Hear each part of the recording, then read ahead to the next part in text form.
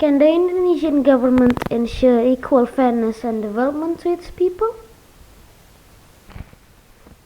Here are the outlines.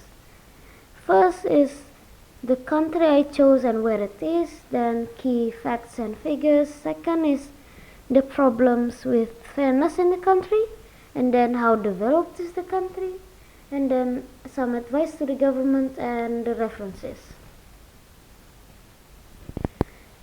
Here is the country I chose and where it is. So I chose Indonesia. Indonesia is a country sandwiched between mainland Asia and Australia. Here are the key facts and figures.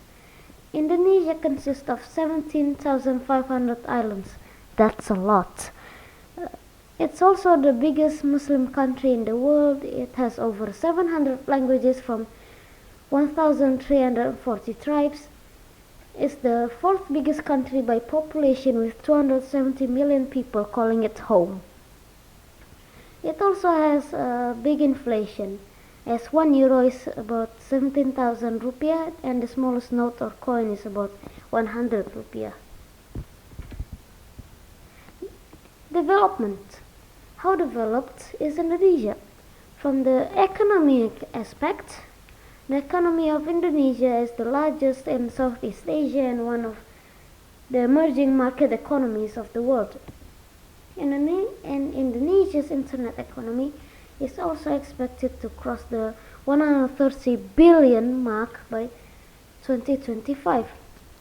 However, the Indonesia of course had a recession in 2020 where the economic growth collapsed to minus 2.7% due to the current pandemic. Inflation always has been a problem in Indonesia.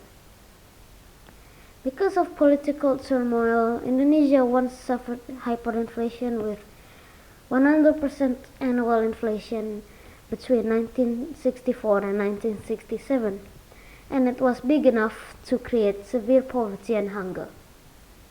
From the social aspects, Indonesia still has many serious social problems remain unsolved, including unrest and conflicts in some areas of Indonesia, human rights violations, corruption, nepotism, collusion, scandals, and poverty.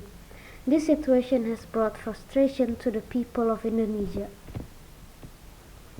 The problems with fairness in the country are a lot, but the biggest ones are that the 4 richest individuals in Indonesia have more fortune than the combined total of the poorest 100 million people.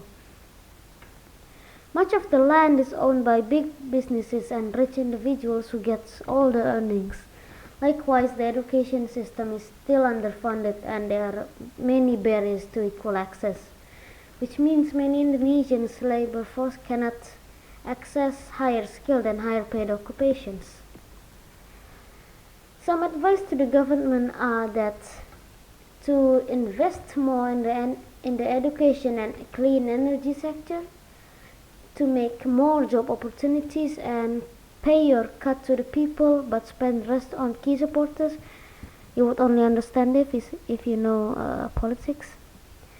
Build more infrastructure in rural areas to support their communities and implement unemployment benefits for people who can't have jobs. Here are the references. And thank you for listening if you even did, which you probably don't, but okay.